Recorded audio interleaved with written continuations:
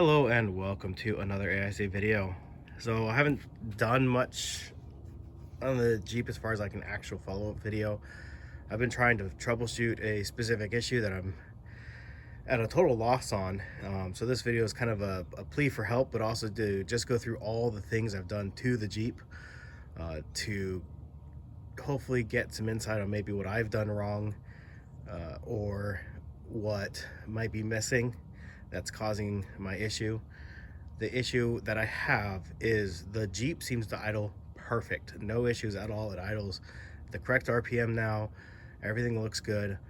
But when I go to accelerate, it will not go above 2000 RPM, period. It hits some sort of red line or cutoff or something, and I just don't know what it is that's causing that. So I'm just going to go through everything I've done, and hopefully somebody will catch something that I'm missing, and it may be something super simple. And if it is, please tell me, because I'm at a complete and utter loss. So starting off, when I first got the Jeep drove fine.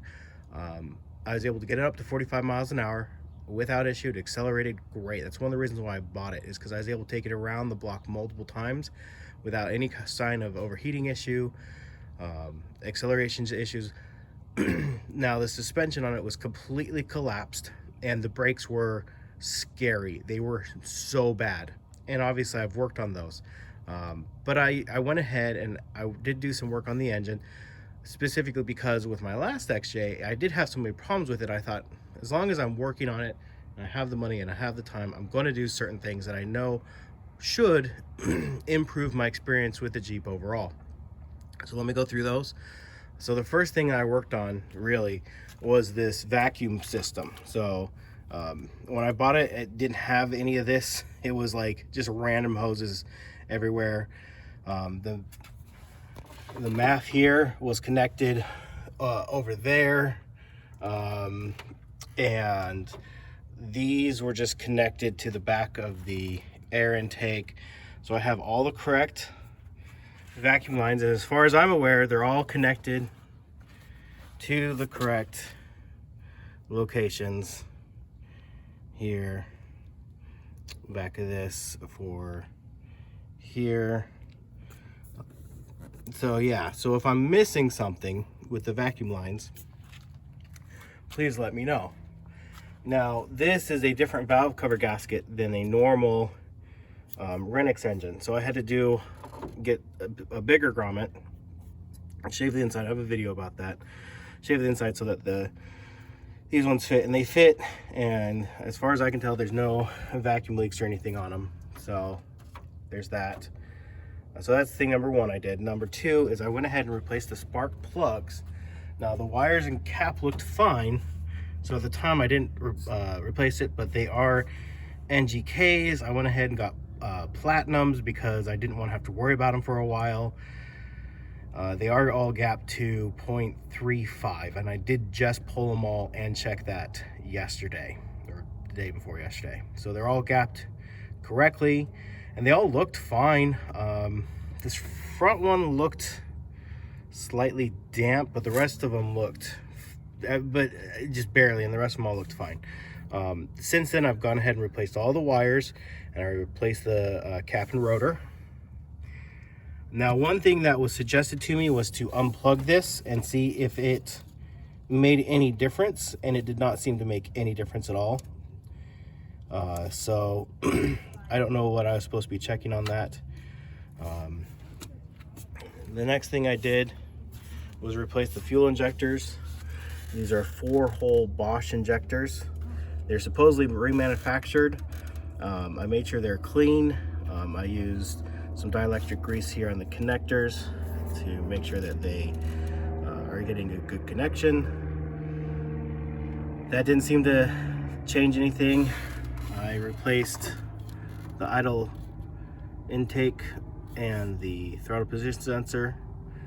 I also replaced the crankshaft position sensor. Here's the wire for that, so that's all down in there. I have it running kind of behind a few things because my last wire seemed a bit crunchy and cooked, so I tried to keep it away from the exhaust and intake manifold as much as I could. I also, you can just see it right there, I replaced the O2 sensor. So that's a brand new O2 sensor on there as well, and the sensor, the readings for that at idle look great. Again, so fuel pressure, when I'm running fuel pressure gauge on here, I'm getting 31 at idle. When I pull the vacuum line, I get it bumps up to 39, exactly what it's supposed to. The map sensor, when I either unplug the cable here or the vacuum line on there, the engine just dies. So this is recognizing stuff correctly as far as I can tell. This is the original one. I had a brand new one I put on here, but I put the original one back on just because, like I said, it was driving fine. So not sure what the difference that's going to make. So then up under here, sorry, I'm still recovering from COVID. It just didn't make me super sick, just super sore. I have a new fuel filter. There it is. I have a new fuel pump on the way. I'm going to go ahead and replace that just because I can. And my last one went out, so sure, why not? I'll replace the fuel pump as well. But I'm getting fine fuel pressure, so I don't feel like I need to, per se. And coming along here, everybody's like, oh, it's your exhaust or your cat's plugged. So I went ahead and actually just completely disconnected the exhaust entirely. My exhaust gasket is toast, but disconnecting the exhaust entirely so I'm not having to worry about a plug cat or an issue with the muffler doesn't seem to have made any difference at all whatsoever on my not being able to rev above 2,000 RPM. Oh, let me get back up here.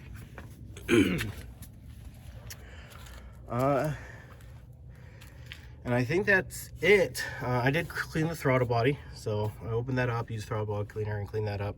It wasn't very bad at all, just as a matter of course. And I've replaced, you know, the thermostat housing and some hoses.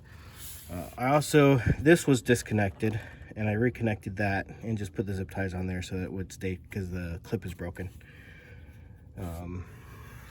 Shouldn't matter, but I replaced the brake master on here because, you know, like I said, the brakes were beyond sketchy. And yeah, I think that's it. For all the work I've put in, it doesn't seem like I've done a whole lot. But yeah, if you have any thoughts or suggestions on what I could check, what I could be missing. Oh, I put a new neutral safety switch on here as well, but that shouldn't have any effect on it revving above 2,000 RPM as far as I'm aware. So yeah, if you have any thoughts, suggestions, comments, encouragement, whatever, I'd appreciate it, because yeah, at this point I am completely out of ideas on what to do and what would even cause it to not want to rev above 2,000 RPM. It feels like it's cutting ignition.